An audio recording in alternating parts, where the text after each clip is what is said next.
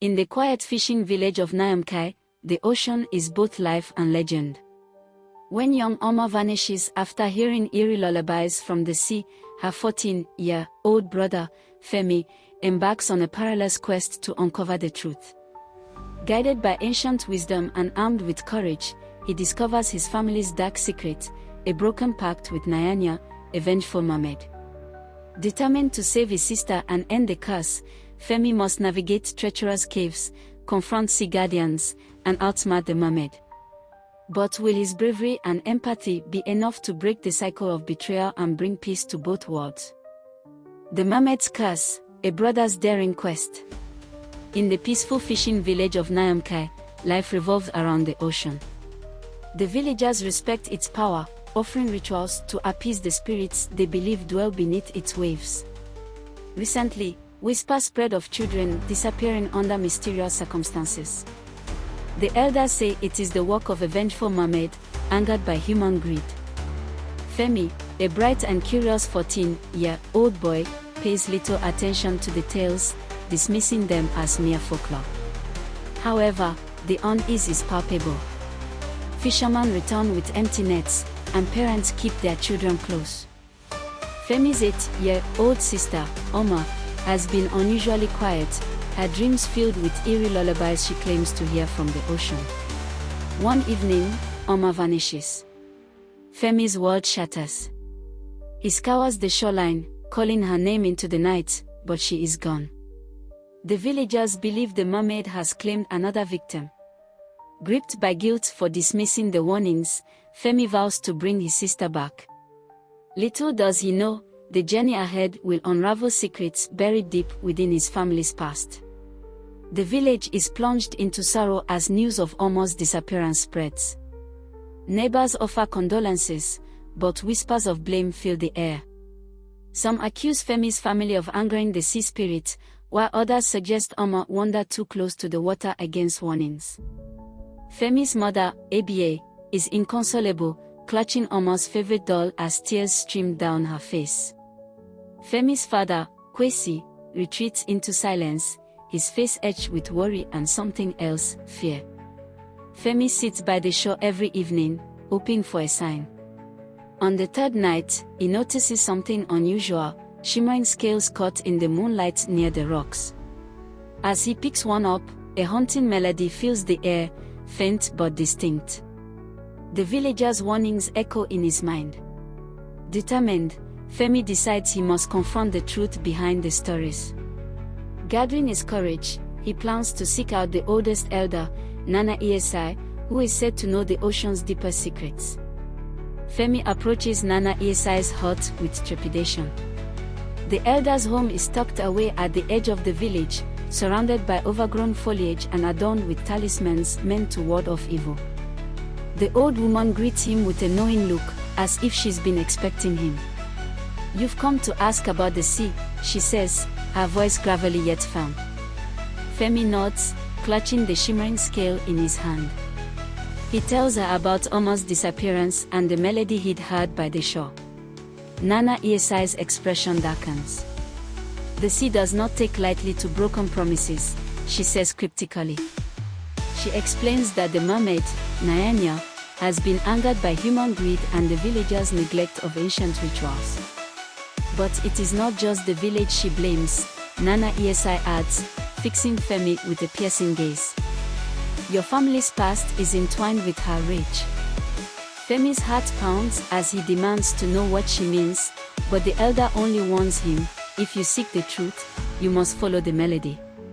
But beware, Nyanya does not forgive easily. She gives him a small vial of protective herbs and sends him on his way, her parting words echoing in his mind, "Courage will guide you, but only the truth will set you free." The haunting melody grows stronger as Femi follows it along the shoreline, clutching the vial of herbs Nana Esai gave him.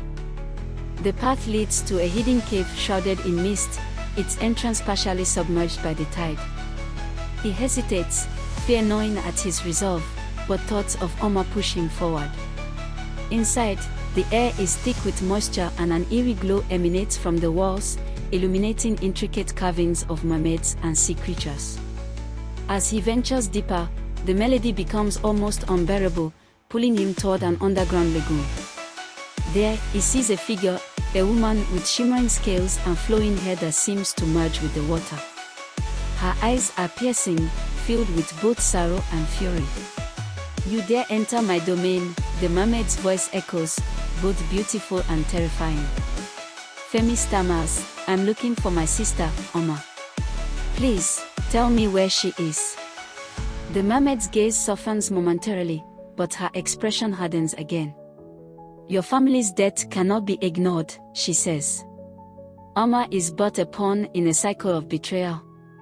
Femi begs for answers, but Nyanya vanishes into the water, leaving only her haunting melody behind. Determined, Femi vows to uncover the truth about his family's connection to the mermaid and bring Oma home. Returning to the village, Femi confronts his parents.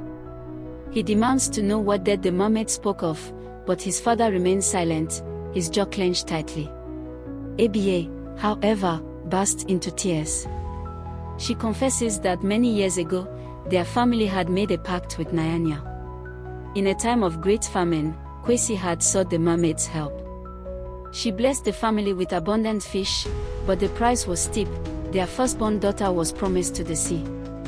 Femi's mind reels as he pieces together the truth. Oma had been marked from birth, and her disappearance was the mermaid claiming what was owed. "Why didn't you tell us?" he yells, his voice cracking. Aba's sobs deepen, and Kwesi finally speaks, his voice low and filled with shame. "I thought I could protect her. I thought the rituals would be enough." Femi's anger fuels his determination. "I'll fix this," he declares, storming out. He knows he must return to the cave and face Nyanya again, but this time, he needs more than courage, he needs a plan. Femi spends the night crafting a plan. He knows he must find a way to reason with Nyanya, but the thought of confronting her again terrifies him. He returns to Nana Esi for guidance. The elder listens as he recounts his parents' confession and his desire to break the curse. Nana Esi reveals that there is a way to challenge the mermaid's claim, but it is fraught with danger. "You must retrieve the Heartstone," she says, a sacred gem hidden deep within the sea caves. "It holds the power to renegotiate the pact, but Nyanya will do everything to stop you." She gives Femi an enchanted necklace that will protect him from the mermaid's magic for a short time. "You must move quickly," Nana Esi warns. The Heartstone is guarded by creatures of the deep, and the path to it is treacherous. Armed with this knowledge, Femi steels himself for the journey ahead. Femi ventures back to the cave under the cover of darkness, the necklace glowing faintly around his neck. The melody is stronger than ever, pulling him deeper into the labyrinth of tunnels. The air grows colder, and the water rises around his ankles. He moves cautiously, his heart pounding with every step. Suddenly, he hears movement. Shadows shift in the dim light, and glowing eyes peer at him from the darkness. A school of ethereal fish swims past, illuminating the path ahead. Femi follows them, realizing they are leading him to something. As he reaches a vast underwater chamber, he sees the Heartstone embedded in a pedestal of coral, its light pulsating like a heartbeat. Before he can approach, a monstrous figure emerges from the depths, a guardian of the Heartstone, half human and half sea creature. It lets out a deafening roar, and Femi knows he must find a way to outsmart it. The guardian circles Femi, its eyes glowing with a menacing intelligence. It speaks in a voice that echoes like crashing waves. "To claim the Heartstone, you must prove your worth," it declares. It sets forth 3 challenges: courage, wisdom, and sacrifice. For the first challenge, the guardian conjures an illusion of Oma, trapped and calling for help. Femi's instinct is to run to her, but he remembers Nana Esi's warning about tricks. He steels himself and walks through the illusion, proving his courage. Next, the guardian asks a riddle, testing Femi's wisdom. With his quick thinking, he answers correctly. The final challenge is the hardest. The guardian demands a token of sacrifice, something precious to Femi. He hesitates but then removes the enchanted necklace Nana Esai gave him, placing it on the pedestal. The guardian nods and steps aside, allowing Femi to claim the heartstone. As he does, the chamber trembles, and the melody grows louder, signaling Nyanya's arrival. As Femi clutches the heartstone, the water around him churns violently. Nyanya emerges, her eyes blazing with fury. "You dare to steal from me," she roars. Femi stands his ground, the heartstone glowing brightly in his hands. "You took my sister," he shouts.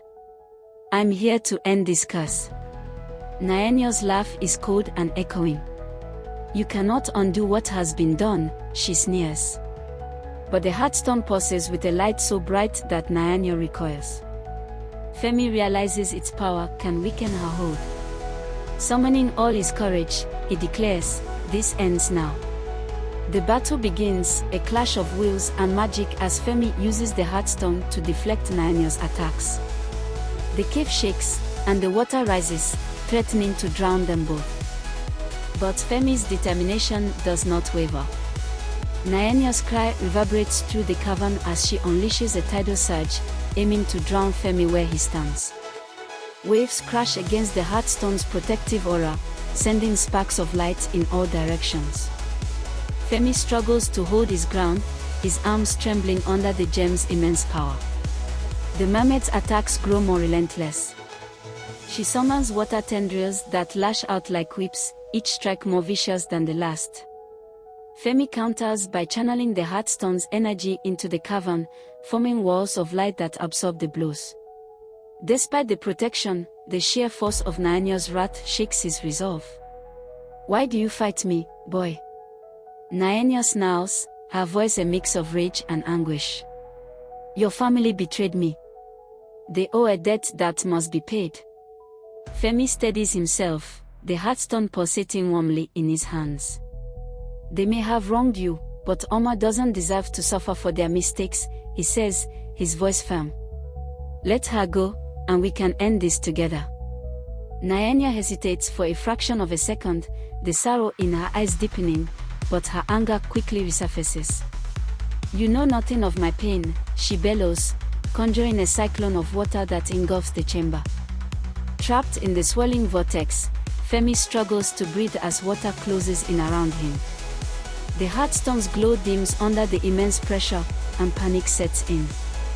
He closes his eyes, recalling Nana Esai's words, "Courage will guide you, but only the truth will set you free." In that moment of clarity, Femi focuses on the heartstone, pouring all his emotions into it, his love for Oma, his anger at the injustice, and his empathy for Nyanya's pain. The gem responds, emitting a brilliant light that pierces through the cyclone and shatters it into droplets. Nyanya recoils, her form flickering like a wavering flame. Femi seizes the opportunity to address her.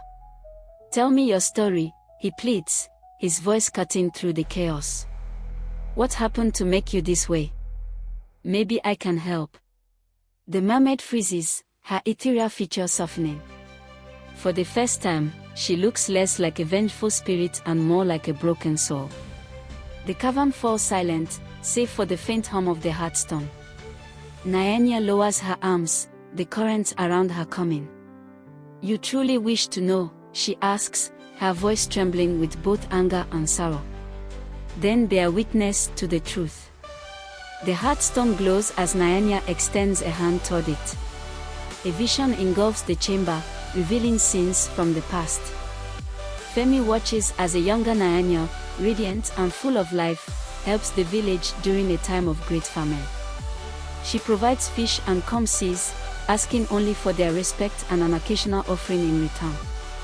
But the villagers grow greedy, taking more than they need and neglecting their promises. Among them is Femi's great-grandfather, who strikes a secret bargain with Nyanya, the life of his firstborn daughter in exchange for continued prosperity. When the time comes to honor the pact, he betrays her, leading to the curse that has plagued the village ever since. Femi's chest tightens as he sees the depth of Nyanya's betrayal and pain. "You were wrong," he admits, his voice heavy with guilt. But punishing innocent people won't heal your wounds. Naenya's eyes glisten with unshed tears. You speak of healing, yet your family's bloodline is the source of my suffering, she says. Why should I forgive when I was shown none? Naenya's sorrow reignites her fury, and she resumes her attacks with renewed vigor. This time, the battle is not just of physical might but of emotional resolve. Femi uses the heartstone to shield himself, but instead of countering with force, he speaks to her through the chaos. I can't change the past, he shouts, his voice steady despite the turmoil. But I can make things right now. Let me help you break this cycle. Naenya falters, her strikes losing intensity. The cavern trembles as her inner conflict manifests in the surrounding waters. What could you possibly offer me? She asks, her voice barely a whisper. Femi steps closer, the heartstone glowing brighter. Peace. Freedom. A chance to move on from this pain. The light from the heartstone envelopes them both, and for the first time, Naenya's form begins to stabilize. But the battle is far from over, as the true test of Femi's resolve and Naenya's capacity for forgiveness looms ahead.